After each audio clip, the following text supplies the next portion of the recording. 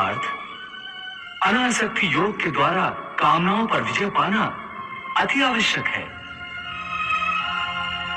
क्योंकि कामनाओं की पूर्ति होकर भी कभी नहीं होती।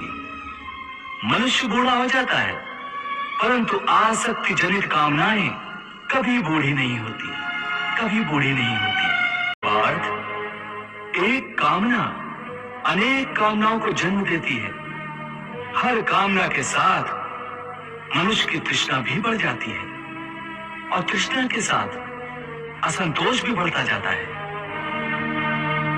फिर ऐसे असंतुष्ट मनुष्य को, जो कामनाओं से ग्रस्त है, उसे उचित अनुचित का विवेक नहीं रहता। पार्थ, इसलिए मैं तुमसे कहता हूं कि तुम अपनी कामनाओं का त्याग करके स्थित प्रज्ञ बनो। स्थित प्रज्ञ जो कर्मयोग की चरम अवस्था है। वाह प्रभु, वाह, क्या सुंदर बात कही आपने। वाह। हे मधुसूदन, तुम तो कहते हो कामनाओं का त्याग करके स्थित प्रज्ञ बन जाओ,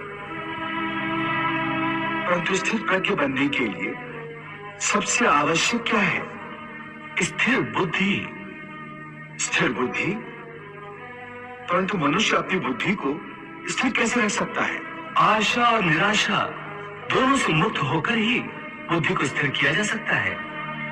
बुद्धि स्थिर होगी तो इंद्रियों के विषयों का बल टूट जाएगा। यदि कोई किसी इंद्रिय को ही काट कर फेंक दे तो क्या उस इंद्रिय का विषय नष्ट हो जाएगा?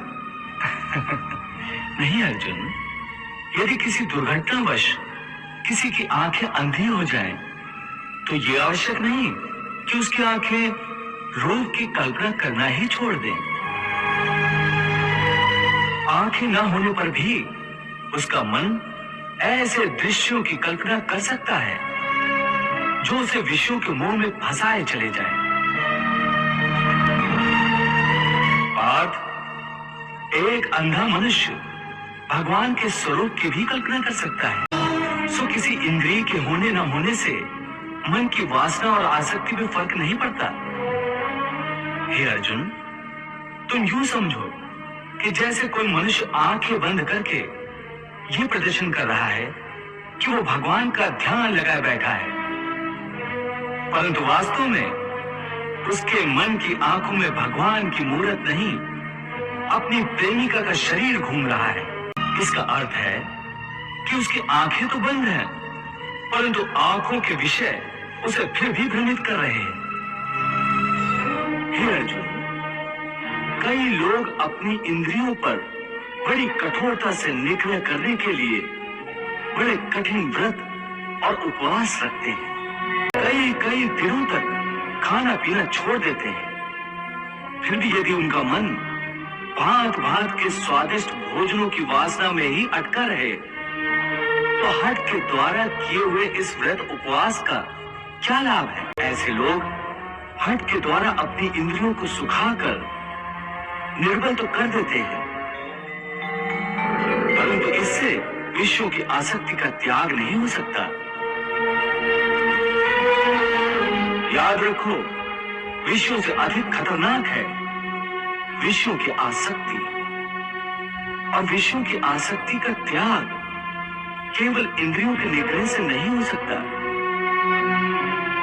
आसक्ति का त्याग केवल मन के निग्रह से होता है।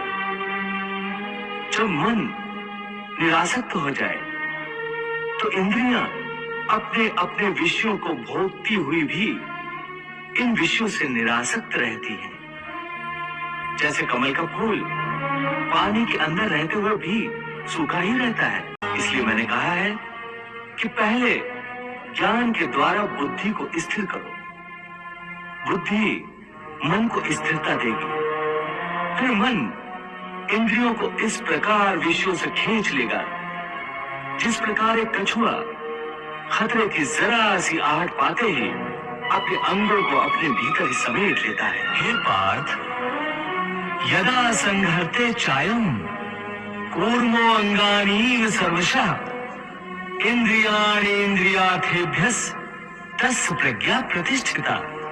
Subscribe now and press the bell icon. never miss an update.